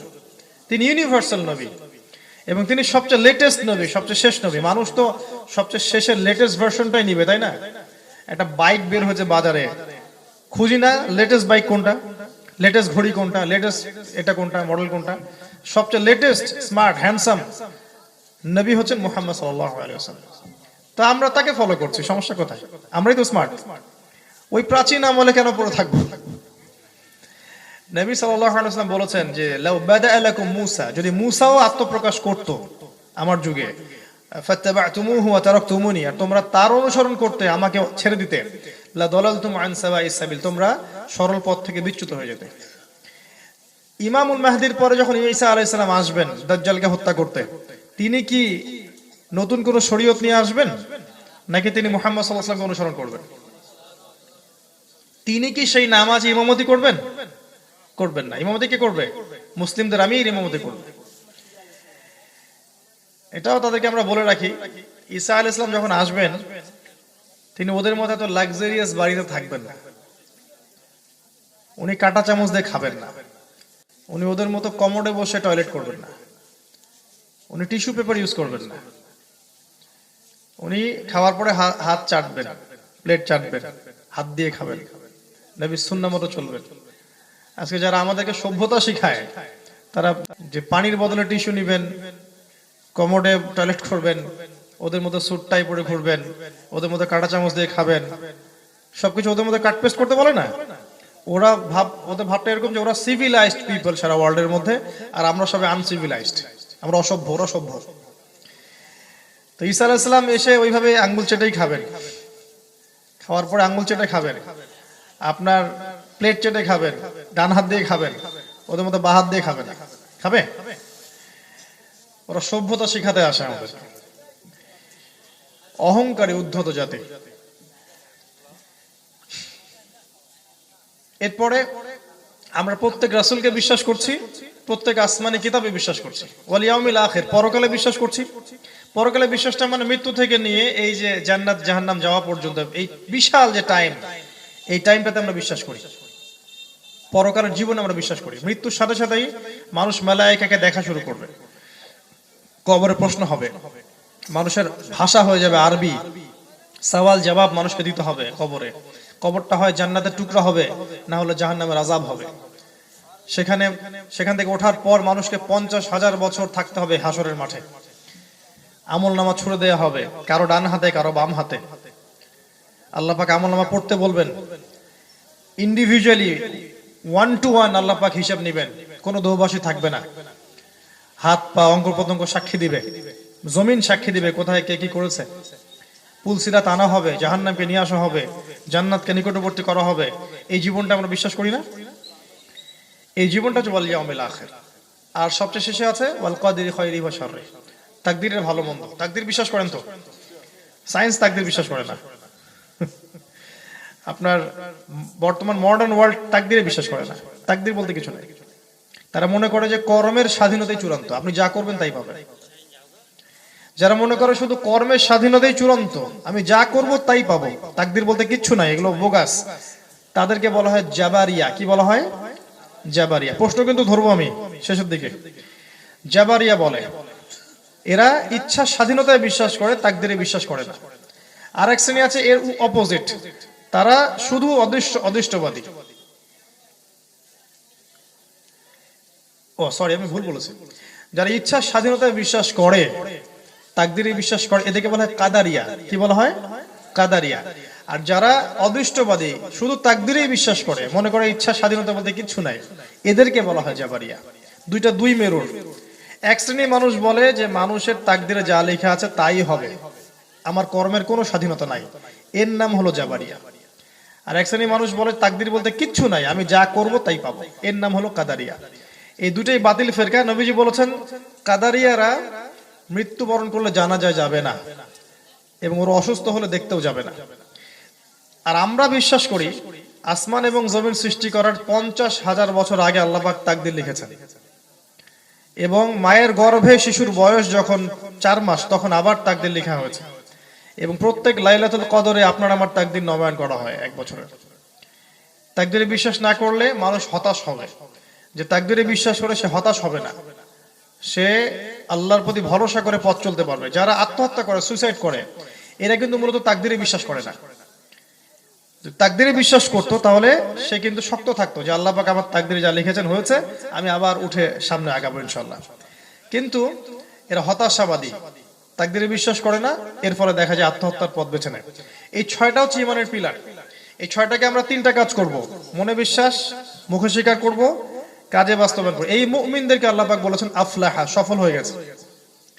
এইভাবে যারা ঈমানদার তারা সফল।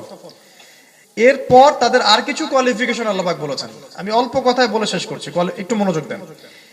এইভাবে ঈমান আনার পরে আল্লাহ পাক কয়েকটা কাজ করতে বলেছেন। 1 নাম্বার সালাত। 1 নাম্বার কি?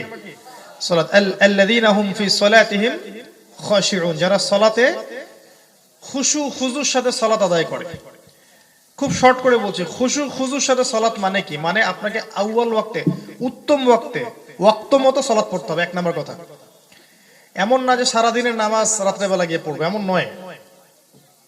এখন যারা আমরা এখানে বসে আছি, লেকচারের ফাঁকে ফাঁকে একটু একটু করে দোয়া করতে থাকবেন, এই সময় দোয়া কবুল হচ্ছে ইনশাআল্লাহ। আল্লাহ পাক এখন অনেক নিকটবর্তী আছেন, আল্লাহর রহমত এখন অনেক নিকটবর্তী। আল্লাহ পাক এখন ফজর পর্যন্ত বলতে থাকবেন, কে আছো আমার কাছে কিছু চাইবে আমি তোমাকে তা দিব, কে আছো আমার কাছে ক্ষমা চাইবে আমি ক্ষমা করে দিব, কে আছো আমার কাছে দোয়া করবে আমি তোমার দোয়া কবুল করব।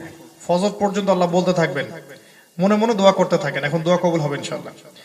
তো সালাতের 1 নাম্বার কাজ হচ্ছে আমাকে আপনাকে উত্তম ওয়াক্তে, সঠিক ওয়াক্তে সালাত পড়তে হবে, ডিলে করা যাবে না। 2 নাম্বার হচ্ছে রাসূল সাল্লাল্লাহু আলাইহি ওয়াসাল্লামের পদ্ধতি মতো সালাত পড়তে হবে, নিজের মন গড়া পদ্ধতিতে নামাজ পড়া যাবে না, ঠিক আছে? 3 নাম্বার হচ্ছে খুশু খুজুর সাথে, বিনয়ের সাথে সালাত পড়তে হবে। এটার পলিসি কি হতে পারে? নামাজে যা পড়ছি এর অর্থটা বুঝতে হবে। 1 নাম্বার, নামাজে যা পড়ছেন অর্থটা বোঝার চেষ্টা করতে হবে। সানায় কি পড়ছেন, আল্লাহু আকবার মানে কি, সূরা ফাতিহার অর্থ কি, সূরা ইখলাস, কাউসার, ফালাক, নাস এগুলোর অর্থটা কি, রুকুতে আপনি কি পড়ছেন, আল্লাহকে কি বলছেন আরবি দিয়ে, সামি আল্লাহু লিমান হামিদার মানে কি, রব্বানা ওয়া লাকাল হামদ মানে কি, হ্যাঁ, সিজদায় পড়ছে সুবহান রাব্বিয়াল আ'লা অর্থটা কি, তাশাহুদ আত-তাহিয়াতুর অর্থ কি, দরুদের অর্থ কি, দোয়া মাসরের অর্থটা কি, নামাজে কি পড়ছেন অর্থটা বুঝতে হবে। তখন দেখবেন মনোযোগ আগের চাইতে 60-70% বেড়ে গেছে ইনশাআল্লাহ। এখন মনোযোগ এদিক ওদিকে যাওয়া আসা করে না, এটা করবে না যদি আপনি অর্থটা জানতে পারেন, অর্থের দিকে মনোযোগ রাখতে পারেন। আরেকটা কাজ বলবো, নামাজে প্রতিদিন একই সূরা পড়বেন না। একই সূরা দিয়ে প্রতিদিন ফালাক, নাস আর ইখলাস এগুলো দিয়ে যে পড়তে থাকেন নামাজ, এটা করলে আপনি মনোযোগ কম পাবেন। চেঞ্জ করেন, সূরা চেঞ্জ করে করে পড়েন। একদিন 2 রাকাত নামাজে পড়েন ফালাক, নাস, তারপরে 2 রাকাতে পড়েন আপনি লাহাব, নাসর, আবার 2 রাকাতে পড়েন কাফিরুন, অন্য কিছু, দেখবেন মনোযোগ বাড়বে। এই মনোযোগ বাড়ার টিপস। আরেকটা টিপস হচ্ছে ব্যস্ততা থেকে ফারেক হয়ে নামাজ পড়েন, হাতে কাজ নিয়ে নামাজ পড়বেন না। মনে করেন আপনার কোনো একটা মিটিং ধরতে হবে, খুব তাড়াহুড়া করছেন যে মিটিংটা ধরতে হবে, তাড়াতাড়ি নামাজটা পড়ে আমি চলে যাই, এমনটা করবেন না। রিল্যাক্সে নামাজ পড়ে তারপর মিটিংয়ে যান। ওখানে যে আপনি সফলতাটা পেতেন, আল্লাহ পাক নামাজের সময় দেওয়ার কারণে আপনাকে দিয়ে দিবেন ইনশাআল্লাহ। আপনি তাড়াহুড়া করছেন যে কাস্টমার চলে যাবে, তাড়াতাড়ি গিয়ে বাজারের দোকানটা খুলি, কাস্টমার যেতে দেন, আপনি নামাজে থাকেন, রিল্যাক্সে নামাজ পড়েন, আরো 10টা কাস্টমার আল্লাহ নিয়ে এসে দিবেন ইনশাআল্লাহ। তাওয়াক্কুল রাখেন, আল্লাহই সব দেন, আল্লাহর হাতেই সবকিছু। আল্লাহকে সময় দেন, আপনি ঠকবেন না ইনশাআল্লাহ, কখনো ঠকবেন না ইনশাআল্লাহ। এই কয়েকটা টিপস মেনে চললে আপনি সালাতে মনোযোগ পাবেন ইনশাআল্লাহ বেশি। আল্লাহ পাক তৌফিক দান করুন, আমিন। খাশিউন, খুশুর সাথে, বিনয়ের সাথে নামাজ পড়া, রিল্যাক্সে। 3G 4G নামাজ চলবে না। ইমাম সাহেবদেরকেও বলবো রিল্যাক্সে নামাজ পড়াবেন, কারণ মনে রাখবেন পৃথিবীতে আমরা এসেছি কি জন্য? আল্লাহর ইবাদত করতে, সালাত পড়তেই তো পৃথিবীতে এসেছি। ওয়া মা খালাকতুল জিন্না ওয়াল ইনসা ইল্লা লিয়াবুদুন, এই জন্যই তো পৃথিবীতে এসেছি। সো ওই কাজটা আমার আগে, বাকি কাজ পরে, নামাজটা আগে। এরপর নামাজের আগে পিছে কিছু কাজ আছে, একটু বলি। একটু আর্লি যদি মসজিদে যান, নামাজের জন্য বসে থাকেন, অপেক্ষা করেন, মনোযোগ বাড়বে। নামাজের শেষে তাড়াহুড়া করে চলে আসবেন না, বসে জিকির আজগার করেন, মনোযোগ বাড়বে। দেখবেন নামাজের আগে পিছে সুন্নতগুলো আছে না, এগুলো পড়লে দেখবেন নামাজে মনোযোগ বাড়ছে। আর যারা একটু নিয়মিত নফল নামাজ পড়ার চেষ্টা করে, তাহিয়াতুল ওযুর নামাজ, তাহিয়াতুল মসজিদের নামাজ, বা ইশরাকের নামাজ, বা চাশতের নামাজ, অথবা এই যে আপনার এই যে তাহাজ্জুদের 2-4 রাকাত নামাজ, যারা নিয়মিত পড়ে বা চেষ্টা করে, এদের নামাজে মনোযোগ বাড়বে ইনশাআল্লাহ। আর 2টা কাজ বলছি, একটা হচ্ছে কোরআন তেলাওয়াত যারা বেশি বেশি করে, নামাজে মনোযোগ বাড়বে ইনশাআল্লাহ। এবং যারা বেশি বেশি আল্লাহর কাছে দোয়া করে, ইস্তেগফার করে, জিকির করে, এদের নামাজে মনোযোগ বাড়বে ইনশাআল্লাহ। আল্লাহ পাক এগুলো আমাদেরকে করার তৌফিক দান করুন। তো ঈমান আনার পরে আল্লাহ পাক সালাতের কথা বলেছেন, তারপর আল্লাহ পাক বলেছেন ওয়াল্লাযীনা হুম আনিল লাগওয়ি মুরিদুন, এই যে অহেতুক কথা এবং কাজ যারা এড়িয়ে চলে, ফাহেশা কথা, ফাহেশা কাজ, এগুলো যারা করে না, এরা হচ্ছে ওই জান্নাতুল ফিরদৌস পাওয়ার যোগ্য আর কি। আমরা কি নিয়ে কথা বলছি? যে কোয়ালিটি গুলো পেলে আমরা জান্নাতুল ফিরদৌস পেতে পারবো। মুমিন ঈমান লাগবে 6 পিলারের, তারপর সালাত খুশুর সাথে, এবার হচ্ছে অহেতুক কথা কাজে জড়ানো যাবে না। অহেতুক পেচাল পাড়া, গিবত করা, তোহমত দেওয়া, আড্ডা পিটানো, ফেসবুকিং, ইউটিউবিং, গেমস খেলা, ভিডিও গেমস, বা বাজে মুভিজ দেখা, অহেতুক সিরিয়াল দেখা, নাটক দেখা, যত ফাহেশা কাজ আছে। কোন ফাহেশা কাজের ডেফিনিশনটা কি? যে কাজে পরকালে আমার কোনো স্বার্থ নাই, এটা ফাহেশা কাজ। পর্নোগ্রাফি দেখা, মুভিজ দেখা, ব্লু ফিল্ম কেউ দেখে, এই যে আপনার বিভিন্ন অপসংস্কৃতির সিরিয়াল গুলো দেখে, ইংরেজি মুভি দেখতেছে, গার্লফ্রেন্ডের সাথে কথা বলে সময় পার করতেছে, আড্ডা পিটাচ্ছে বন্ধুদেরকে নিয়ে, অহেতুক বাইক রেস করতেছে, মানে যেগুলো অহেতুক কাজ। এই কাজগুলো কি আমাদের পরকালে কোনো উপকার দিবে? এগুলোই এড়িয়ে চলতে বলেছেন নবী সাল্লাল্লাহু আলাইহি ওয়াসাল্লাম, হাদিসের মধ্যেও আল্লাহ পাক কোরআনেও বলেছেন, এগুলো এড়িয়ে চলতে বলেছেন। বসে আছেন, মনে করেন আপনি বসে আছেন 4-5 জন দিনী ভাইয়ের সাথে, এমন কিছু কথা বলেন যেখানে দিনের কথা আছে, অহেতুক অন্য মানুষের গীবত তহমত করা, বেফাস কথাবার্তা বলা, দেশের রাজনীতি নিয়ে, অর্থনীতি নিয়ে, অমুক নিয়ে, তমুক নিয়ে, লাভ নাই তো। মানে অনেক কিছু বলে তো লাভ নাই, আপনি তো কিছু করতে পারছেন না। দিনটাকে নিয়ে আসেন, দিন নিয়ে আসেন, কথার মধ্যে দিন নিয়ে আসেন, চলাফেরায় দিন নিয়ে আসেন, মুআমালাতে দিন নিয়ে আসেন, দিনটাকে ইনভলভ করেন, তখন দেখবেন প্রতিটা কাজ নেকির মাধ্যম হবে ইনশাআল্লাহ। মহিলারা বসলেই দেখা যায় গীবত, ভাবিদের আলাপ, রান্নার গল্প, এইসবের গল্প, সিরিয়ালের গল্প, কাপড় চোপড়কে কতটা কিনলো, কার স্বামীর কতটুকু জমি জমা আছে, এই সব পেঁচাল শুরু হয়। কি দরকার আছে? যেই সব কথায় আমাদের পরকালে কোনো স্বার্থ নাই, কথা বলারই দরকার নাই। কারণ মা ইয়ালফিজু মিন কাওলিন ইল্লা লাদাইহি রাকিবুন আতীদ, যে কথাই বলছি আমরা, আমাদের কাঁধে ফেরেশতা লিখে রাখছে। এমন কি আমি মনে করি, আমার মত এটা, স্ত্রীদের সাথেও খুব বেশি কথা বলার দরকার নাই। স্ত্রী যারা হালাল স্ত্রী, তাদের সাথেও খুব বেশি মানে বেশি ডুবে যাওয়ার দরকার নাই। বেশি ডুবে গেলে দেখবেন ওখানেও একটা ফিতনা সৃষ্টি হয়ে যাবে। কম বলেন, প্রয়োজনটুকু বলেন, ভালো ব্যবহার করেন, খারাপ ব্যবহার কখনোই করবেন না, ভালো ব্যবহার করেন, প্রয়োজনটুকু বলেন, ব্যক্তিত্ব বজায় রাখেন, গায়রতটা বজায় রাখেন, দেখবেন আপনি পরিবারের মধ্যে সম্মান পাচ্ছেন। যত বেশি নিজেকে আপনি বিলাই দিবেন, বেশি কথা বলবেন, উজাড় করে দিবেন, অহেতুক কথা, অহেতুক কাজে জড়াবেন, আপনার মূল্যটা কমে যাবে আস্তে আস্তে। খেয়াল করে দেখবেন, মূল্য কমে যাবে। তো আল্লাহ এখানে বলেছেন অহেতুক সমস্ত কথা কাজ ত্যাগ করে। যে পাবজি খেলেন, অহেতুক মোবাইল গেমস খেলছেন, ভিডিও গেমস খেলছেন, ক্যারাম বোর্ড দেখলাম যে লুডো নিয়ে গোল হয়ে বসে আছে, মোবাইল, আমি লুডো খেলছে, পরে দেখি মোবাইলে লুডো খেলছে, হ্যাঁ বুঝিনি যে মোবাইলে লুডো খেলছে। মোবাইলেও লুডো খেলা যায় আমি জানতাম না, আমিও জানতাম না, দেখলাম যে মোবাইলে লুডো গেমস খেলছে। এই প্রতিটা কাজ এই সেকেন্ডগুলোর হিসাব আল্লাহকে দিতে হবে। সময়টাকে এমন ভাবে কাজে লাগাবো যাতে করে আমরা এই সময়টুকুর মূল্য আল্লাহকে দিতে পারি। এটা হচ্ছে একটা পয়েন্ট, যারা অহেতুক কথা কাজ ত্যাগ করে। তারপরে আছে ওয়াল্লাযীনা হুম লিযাকাতি ফাঈলুন। যাকাতের দুইটা অর্থ বলছে এখানে, একটা হচ্ছে মালের যাকাত, একটা হচ্ছে তাসকিয়া, হৃদয়ের আত্মশুদ্ধি। দুটো অর্থই হতে পারে। যাকাত মানে পবিত্র করা। হৃদয়ের আত্মশুদ্ধি কেমন? মনের মধ্যে থেকে হিংসা, বিদ্বেষ, এই যে গীবত, তহমত, অহংকার, এইসবকে দূর করা। এভাবে দূর করতে পারলে মনটা হবে পবিত্র। পবিত্র মনের মধ্যে পবিত্র রবের নূর আসে। মনে রাখেন, পবিত্র মনের মধ্যে পবিত্র আল্লাহ পাকের নূর নাজিল হয়। অপবিত্র মনের মধ্যে কখনো নূর নাজিল হয় না। তো মনটা পবিত্র করবেন কিভাবে? যত খারাপ রিপু আছে ত্যাগ করতে হবে। আল্লামা ইমাম গাজ্জালী রাহিমাহুল্লাহর বই পড়েছেন না? নাম শুনেছেন তো? ইমাম গাজ্জালী রাহিমাহুল্লাহর এরকম আত্মশুদ্ধিমূলক অনেক বই আছে, কিভাবে আপনি মনের মধ্য থেকে রিপু, খারাপ রিপুগুলোকে বের করবেন। আর এখন তো মুসলিমদের মূল সমস্যা মনেই, তাই না? মনের মধ্যে অহংকার, মনের মধ্যে হিংসা, বিদ্বেষ, গীবত, তহমত, ভাইয়ে ভাইয়ে মারামারি, কাটাকাটি, দলাদলি, ফেরকাবাজি, এগুলো তো চলছে। তো মনটাকে পরিশুদ্ধ করতে হলে কয়েকটা কাজ ইম্পর্টেন্ট। এক নাম্বার হচ্ছে বেশি বেশি কোরআন তেলাওয়াত করা। যে যত বেশি কোরআন তেলাওয়াত করবে মনটা পবিত্র হবে, ফ্রেশ হতে থাকবে। মনের যে কালিমাগুলো আছে, নফসে যে গুনাহ করলে যে কালিমাটা পড়ে, এটা উঠে যাবে ইনশাআল্লাহ আস্তে আস্তে।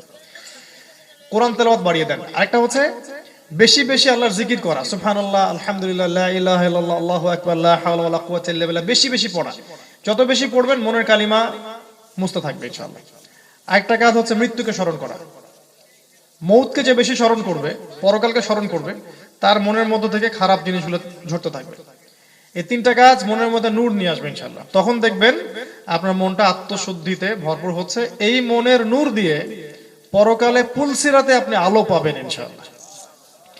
পরকালে পুলসিরাত পার হওয়ার সময় নূর লাগবে। সূরা হাদীদ পড়ে দেখেন, ইয়াউমা তারাল মুমিনিনা ওয়াল মুমিনাত ইয়াসআ নূরুহুম বাইনা আইদিহিম ওয়া বিআইমানিহিম। কিয়ামতের মাঠে মুমিনদের সামনে আর ডান দিকে নূর থাকবে। দুনিয়াতে যে নূর নিয়ে যেতে পারবে না, পরকালে নূর পাবে না। সূরা নূর পড়ে দেখেন। সূরা নূর হচ্ছে সেই সূরা, যে সূরা পড়লে আপনি জানতে পারবেন কিভাবে নূর অর্জন করতে হয়। ওই যে প্রথমে বলা আছে না, এই যে চোখ নামানোর কথা আছে না সূরা নূরে, চোখ নামানোর কথা, জিনা থেকে দূরে থাকার কথা আছে না? এই চোখ নামানো, জিনা থেকে দূরে থাকা, এই যে পর্দার বিষয়গুলো, এগুলো মনের মধ্যে নূর নিয়ে আসে। আর কেউ যদি এগুলোতে জড়ায় যায়, মনের সব নূর চলে যাবে। একটু মিলাই দেখবেন, আপনি মনে করেন সারাদিন অনেক ইবাদত বন্দেগী করলেন, এখন ধরেন রাস্তায় চলতে গিয়ে আপনার 10-12টা মেয়ের দিকে চোখ পড়েছে বেগানা, এবং তাদের ড্রেস আপ ভালো ছিল না, আপনার চোখ পড়ে গেছে। দেখবেন আপনার ভিতরে খারাপ একটা ফিলিংস জন্ম নিচ্ছে, কিন্তু খারাপ লাগছে বিষয়টা, আপনার নূরটা চলে যাচ্ছে, আছে না? ওই ইবাদতের পরিশুদ্ধতা থাকছে না, মনে হচ্ছে কি জানি একটা নোংরা হয়ে গেল মনটা আমার। নূর এভাবে চলে যায়। সূরা নূর পড়লে বুঝবেন কিভাবে নূর ধরে রাখতে হয়। আল্লাহ পাক আমাদেরকে সবাইকে নূর, আল্লাহর পক্ষ থেকে নূর দান করুন, আমিন। তো এখানে আল্লাহ পাক বলেছেন যাকাতের কথা। প্রথমে আত্মশুদ্ধি মনের, আরেকটা হচ্ছে মালের যাকাত। মালের যাকাত তো বোঝেন, নিসাব পরিমাণ সম্পদ হবে, যাকাত দিবেন। অনেকদিন বলেছি লেকচারে, আবার বলছি, যাকাত হচ্ছে ইসলামিক ইকোনমিক্সের বেস। আর এখনকার ইকোনমিক্স যেটা চলছে ওয়ার্ল্ড ওয়াইড, এটার বেস হচ্ছে রিবা বা সুদ। আল্লাহ পাক সুদকে হারাম করেছেন, ব্যবসাকে হালাল করেছেন। সুদ নিয়ে অনেক লেকচার আছে আমার, আমি বলেছি এটা মায়ের সাথে জেনার মতো অপরাধ, এটা আল্লাহ এবং তার রাসূলের সাথে যুদ্ধ করার মতো অপরাধ। কোন যুবক যেন ভুলেও এইসব জবের মধ্যে না জড়ান। পক্ষান্তরে ইসলামিক ইকোনমিক্স হচ্ছে ব্যবসা ভিত্তিক, যাকাত কেন্দ্রিক, কৃষি ভিত্তিক। এখানে টাকা বা মুদ্রা, যেটা সম্পদ, এটা মার্কেটের মধ্যে ঘুরতে থাকে। কখনো কেউ ধনী হয়, কখনো কেউ গরিব হয়। চিরস্থায়ী কেউ ধনী হয় না, চিরস্থায়ী কেউ গরিব হয় না। আর সুদের মধ্য দিয়ে মানুষ, ধনিক শ্রেণীর মানুষ চিরস্থায়ী ধনী হয়ে যায়, আর গরিবরা আস্তে আস্তে আরো বেশি দরিদ্র হয়ে যায়। এটা হচ্ছে গরিবের রক্ত চোষার মতো অপরাধ। এই কারণেই সুদখোরদেরকে কিয়ামতের মাঠে রক্তের নদীতে ফেলে মাথা ফাটিয়ে দেওয়া হবে।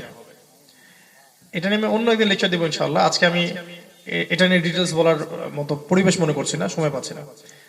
ইকোনমিক্স এর উপর আলাদা লেকচার যাবে ইনশাআল্লাহ। তো মনে রাখবেন, যাকাত ইসলামিক অর্থনীতির মূল ভিত্তি। যাকাত যত বেশি চলবে একটা সমাজের মধ্যে, সেখানে দারিদ্রতা কমে যাবে, আপনার সাম্য চলে আসবে। ক্যাপিটালিজম বোঝেন না, পুঁজিবাদ, এটা থাকবে না। সাম্যবাদ চলে আসবে, সবাই খাবে, কেউ খাবে না এমন হবে না।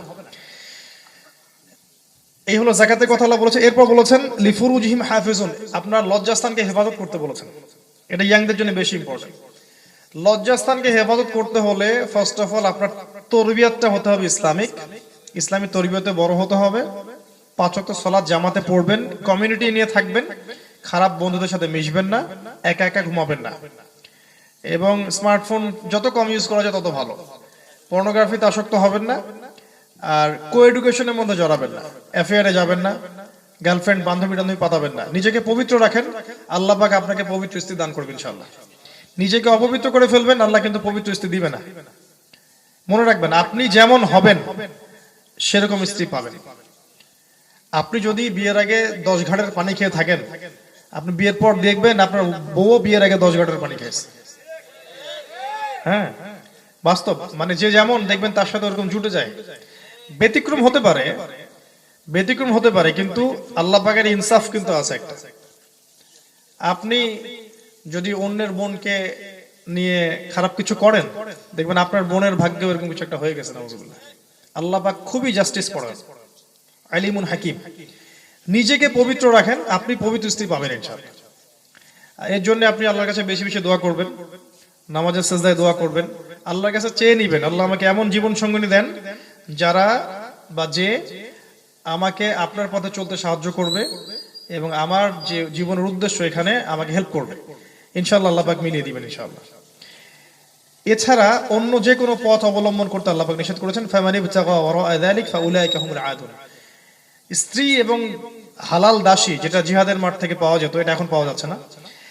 এই দুটো বাদ দিয়ে অন্য যে কোনো পন্থায় যৌন প্রবৃত্তি নিবারণ করতে আল্লাহ পাক নিষেধ করেছেন। যেমন পরকিয়া বা হারাম জেনা বা হস্তমৈথুন বা পর্নোগ্রাফি বা ইত্যাদি যেগুলো আছে, জিনা, অন্য কোনো মাধ্যমে সেক্সুয়াল চাহিদা নিবারণ করতে আল্লাহ পাক নিষেধ করেছেন। যদি কেউ করে, আল্লাহ পাক বলেছেন সে হবে সীমা লঙ্ঘনকারী। স্ত্রীর কাছে গিয়ে করলে কোনো সমস্যা নাই, একাধিক স্ত্রীর কাছে গিয়ে করলে কোনো সমস্যা নেই, এবং যেটা সত্যিকারের গনিমতের দাসী সেটা ক্ষেত্রে কোনো সমস্যা নাই, কিন্তু সেটা এখন আমাদের সমাজে নেই। আর দুটা কথা আল্লাহ বলেছেন যে ওয়াল্লাযীনা হুম লিআমানাতিহিম ওয়া আহদিহিম রাউন, যারা আমানত রক্ষা করে এবং ওয়াদা পালন করে। এই লাস্টের দুইটা, আমানত রক্ষা করে, ওয়াদা পালন করে। ওয়াদা পালন তো বোঝেন, মুনাফিকের 3টা চরিত্র আছে না, তার মধ্যে একটা হচ্ছে ওয়াদা করলে ভঙ্গ করা। আর ওয়াদা ভঙ্গে এখন মুসলিমরা সবচেয়ে বেশি অগ্রগামী, ওয়াদা করলেই ভঙ্গ করবে। দেখবেন যে বিশেষ বিশেষ অকেশনের আগে অনেক ওয়াদা দিয়ে যাচ্ছে, স্বার্থ উদ্ধার শেষ, ওয়াদাও শেষ, আছে না? আমরা ওয়াদা এরকম ভঙ্গ করছি। আর আমানত কি জিনিস? আমানত 2 প্রকার, আল্লাহর আমানত আর বান্দার আমানত। আল্লাহর আমানত হচ্ছে ইসলাম, এই কোরআন, এই সুন্নাহ, এই যে রাসূলের হাদিস, দিনের জন্য দিন কায়েমের চেষ্টা করা, এগুলো হচ্ছে আল্লাহর আমানত। আর বান্দার আমানত, এই যে বান্দার পরিবারের আমানত কর্তার কাছে, পরিবারের মায়ের আমানত আছে স্বামীর অনুপস্থিতিতে, পর্দা করা নারীর ইজ্জতের আমানত, সমাজের নেতার আমানত, এই সমাজের জনগণ, রাষ্ট্রের নেতার আমানত, রাষ্ট্রের জনগণ, এগুলো সবই আমানত। তো যারা আমানত রক্ষা করে চলে এরা জান্নাতুল ফিরদৌস পাবে ইনশাআল্লাহ। আল্লাহ পাক মুনাফিক বলেছেন। আর শেষে আল্লাহ পাক আবারও সালাতের কথা বলেছেন, ওয়াল্লাযীনা হুম লিসালাতিহিম ইউহাফিজুন আলা সালাতিহিম ইউহাফিজুন, যারা সালাতকে হেফাজত করে, 1 দিন 2 দিন পড়ি 7 দিন পড়ি এমন না, হেফাজত করে মানে সংরক্ষণ করে, আমৃত্যু পর্যন্ত সালাতের উপর কায়েম থাকে। এই কয়েকটা কোয়ালিফিকেশন যারা অর্জন করতে পারবে, আল্লাহ পাক বলেছেন যে উলাইকা হুমুল ওয়ারিসুন, এরা হচ্ছে উত্তরাধিকারী। কিসের উত্তরাধিকারী? আল্লাযীনা ইয়ারিসুনাল ফিরদাউস হুম ফিহা খালিদুন, তারা হচ্ছে জান্নাতুল ফিরদাউসের উত্তরাধিকারী এবং সেখানে তারা চিরস্থায়ী হবে। তাহলে আমরা কতগুলো বৈশিষ্ট্য পেলাম? 1 নাম্বার, আমার সাথে বলেন, পরিপূর্ণ মুমিন হতে হবে। 2 নাম্বার হচ্ছে সালাত কায়েমকারী হতে হবে, খুশু খুজুর সাথে নামাজ পড়তে হবে। 3 নাম্বার, অহেতুক যাবতীয় কথা এবং কাজ ছেড়ে দিতে হবে, ত্যাগ করতে হবে। 4 নাম্বার হচ্ছে হৃদয়ে আত্মশুদ্ধি অর্জন করতে হবে। 5 নাম্বার, আপনার মালের যাকাত প্রদান করতে হবে। 6 নাম্বার, লজ্জাস্থানের হেফাজত করতে হবে, তবে হালাল স্ত্রীর কাছে হেফাজতের প্রয়োজন নেই। 7 নাম্বার হচ্ছে যারা আমানত রক্ষা করে চলতে পারে, এবং 8 নাম্বার যারা ওয়াদার রক্ষণ করে, ওয়াদা পালন করে। এই 8টা কোয়ালিটি যাদের মধ্যে থাকবে আল্লাহ পাক বলেছেন তারা হবে জান্নাতুল ফিরদাউসের অধিকারী। আমরা আল্লাহর কাছে দোয়া করছি আল্লাহ পাক যেন আমাদের প্রত্যেকের মাঝে এই 8টার প্রতিটা গুণাবলী আল্লাহ পাক যেন দান করেন, আমিন। আজকে আমিও টায়ার্ড, আমিও কথা বলতে কষ্ট হচ্ছে, আপনারা অনেকক্ষণ থেকে বসে আছেন, আমি এখানে আলোচনা গুটিয়ে নিচ্ছি। আপনারা দোয়া পড়েন, সুবহানাকাল্লাহুম্মা ওয়া বিহামদিক আশহাদু আল্লা ইলাহা ইল্লা। হ্যাঁ ঠিক আছে, আমি বলে দিচ্ছি ভাইরা, মানে একটু কালেকশনে যাবেন, আপনারা একটু হেল্প করেন। আর আমি প্রশ্নগুলো করে দিচ্ছি এর মধ্যে। বিসমিল্লাহ, শুরু করেন। 5 জনকে দিব ইনশাআল্লাহ আমি পুরস্কার আমার পক্ষ থেকে। 1 নম্বর প্রশ্ন হচ্ছে যে জাবারিয়া এবং কাদারিয়া কাকে বলা হয়? হাত উঁচু করেন। জি জি, আপনি বলেন।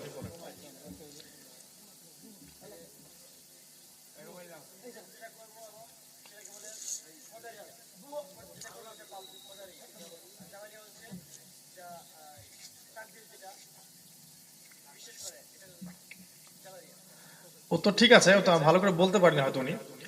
মানে যারা কর্মের স্বাধীনতায় বিশ্বাস করে, তাকদীরে বিশ্বাস করে না, এদেরকে কি বলে?